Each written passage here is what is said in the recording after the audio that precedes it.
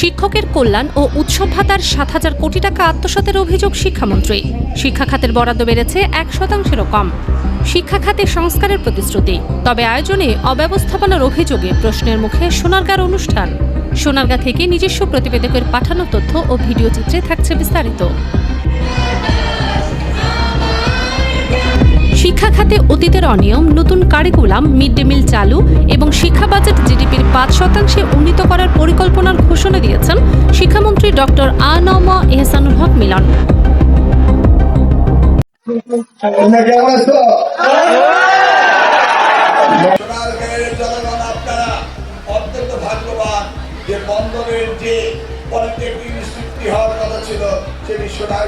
স্থাপিত হতে যাচ্ছে।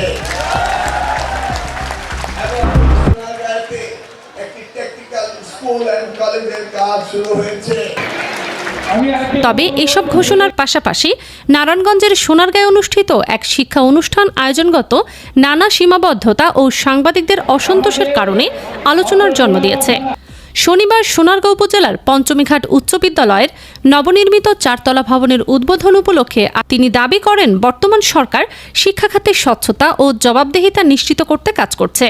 মন্ত্রী আরও জানান, ২০২৭ সালে পাঠ্য বই পরিমার্জন এবং ২০২৮ সালে আন্তর্জাতিক মানের নতুন শিক্ষা কারিকুলাম চালুর উদ্যোগ নেওয়া হয়েছে। একই সঙ্গে আগামী জুলাই থেকে সারা দেশে ধাপে ধাপে মিড ডে মিল কর্মসূচি চালু এবং দীর্ঘদিনের ঐতিহ্যবাহী শিক্ষা প্রতিষ্ঠানগুলোকে সরকারি ব্যবস্থাপনায় আনার জন্য নীতিগত প্রস্তাব প্রধানমন্ত্রীর কাছে উপস্থাপন করা হবে। সরকারি ও গণমাধ্যম সূত্রে দেখা যায়, ২০২৪-২৫ অর্থ বছরে শিক্ষা খাতে বরাদ্দ ছিল ৮৭,২০৬ কোটি টাকা। ২০২৫-২৬ অর্থ বছরে সেই বরাদ্দ বেড়ে দাঁড়িয়েছে ২০২৬-২৭ অর্থ বছরের জন্য ১,৩৬,৬০৬ কোটি টাকা। অর্থাৎ এক বছরে বরাদ্দ বৃদ্ধি পেয়েছে মাত্র ৪৯,৪০০ কোটি টাকা, যা শতকরা হিসাবে প্রায় ২% করা হয়েছে বলে জাতীয় সংসদে বাজেট বক্তৃতায় জানিয়েছেন অর্থমন্ত্রী আমির খসরু মাহমুদ চৌধুরী, যা ২০২৫-২৬ অর্থ বছরে ছিল ৮৭,২০৬ কোটি টাকা, যা জিডিপির ১.৩৯% থেকে সর্বমোট ২% রাখা হয়েছে। অন্যদিকে শিক্ষামন্ত্রী সম্প্রতি একাধিক অনুষ্ঠানে ঘোষণা দিয়েছেন যে সরকার ধাপে ধাপে শিক্ষা খাতে জিডিপির ৫% ব্যয়ের লক্ষ্যমাত্রা নির্ধারণ করবেন। বর্তমানে ২০২৬-২৭ শিক্ষা খাতে ব্যয় 0.61%, যেটি জিডিপির 1%-এরও নিচে অবস্থান করছে বলে বিভিন্ন বাজেট বিশ্লেষণে উল্লেখ করা হয়েছে। বিশ্লেষকদের মতে, শিক্ষা খাতে বরাদ্দের অঙ্ক বাড়লেও জিডিপির অনুপাতে বরাদ্দ এখনও আন্তর্জাতিক মানদণ্ডের তুলনায় কম।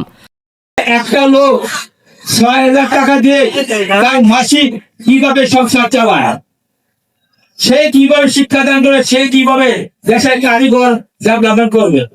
আদর্শ স্কুল থেকেই এবং হাই স্কুল থেকে কিন্তু আমাদের বেস গঠন করে। এই বেস যদি ঠিক মতো না হয়, তাহলে কিভাবে ভবিষ্যতে আমাদের ছেলেমেয়েরা এমপি, মিনিস্টার বা সংসদ সদস্য হবে। আমি আমাদের দৃষ্টি আকর্ষণ করছি। ফলে ঘোষিত লক্ষ্য বাস্তবায়নে আগামী কয়েক বছরে উল্লেখযোগ্য বাজেট বৃদ্ধির প্রয়োজন হবে। অনুষ্ঠানে উপস্থিত সাংবাদিক, অভিভাবক ও স্থানীয় ব্যক্তিদের অভিযোগ, শিক্ষামন্ত্রীর উপস্থিতিতে আয়োজিত গুরুত্বপূর্ণ এই অনুষ্ঠানে পর্যাপ্ত অবকাঠামোগত প্রস্তুতি ছিল না। তাদের ভাষ্য অনুযায়ী, শিক্ষামন্ত্রী আসার খবরে নারায়ণগঞ্জ জেলার সবগুলো উপজেলা থেকে সব মিলিয়ে প্রায় ৪০ থেকে ৫০ জন সংবাদকর্মী উপস্থিত থাকলেও বসার জন্য চেয়ার বরাদ্দ ছিল মাত্র ১০টির মতো। কয়েকজন সাংবাদিক নাম প্রকাশ না করার শর্তে জানান, সংবাদ সংগ্রহের উপযুক্ত পরিবেশ, বসার ব্যবস্থা এবং প্রয়োজনীয় সমন্বয়ের অভাব ছিল স্পষ্ট। এছাড়া আপ্যায়ন ও পেশাগত সৌজন্যের ক্ষেত্রেও তারা প্রত্যাশিত সহযোগিতা পাননি বলে অভিযোগ করেন। স্থানীয় অভিভাবকদের একাংশ মনে করেন, শিক্ষা খাতের উন্নয়ন নিয়ে বড় বড় ঘোষণা ইতিবাচক হলেও এমন আয়োজনে শৃঙ্খলা ও ব্যবস্থাপনার ঘাটতি ভবিষ্যতে দূর করা উচিত।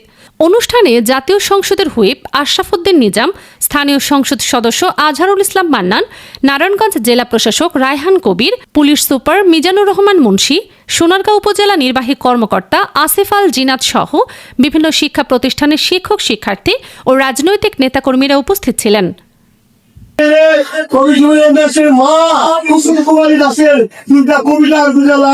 আজ থেকে ১১০ বছর আগে লিখেছিলেন, আমাদের দেশে হবে সেই ছেলে তবে কথায় না বড় হয়ে কাজে বড় হয়ে।